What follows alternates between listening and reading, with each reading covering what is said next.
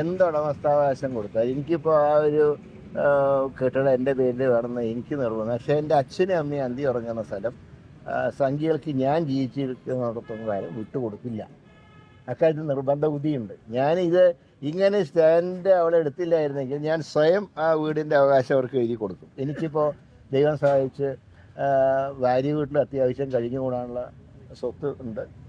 എനിക്ക് തന്നെ നിയമസഭയിലും പാർലമെൻറ്റിലൊക്കെ അംഗമായിരുന്നതിൻ്റെ പെൻഷൻ തുകയുണ്ട്.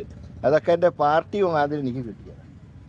അതുകൊണ്ട് അതിനൊന്നും എനിക്ക് ആരുടെയും സ്വത്ത് ഞാൻ അവതരിപ്പിച്ചില്ല. ആരുടെ സ്വത്തും എനിക്ക് വേണ്ട. ഇന്ന് പിന്നെ പാർട്ടി സ്ഥാനാർത്ഥിത്വം അംഗത്വം ഏറ്റെടുത്തതിന് ശേഷം ഒരു BJP മുദ്രാവാക്യ വിളി വരെ അവിടെ നടന്നിരുന്നു. മുദ്രാവാക്യം എനിക്ക് വേണമെങ്കിൽ ഇപ്പോൾ പോയിട്ട് ഇവരെ കൊണ്ടൊക്കെ മുദ്രാവാക്യം വിളിപ്പിക്കാം. അങ്ങനത്തെ ഗതിയോടൊന്നും കിടന്നായിരുന്നില്ല.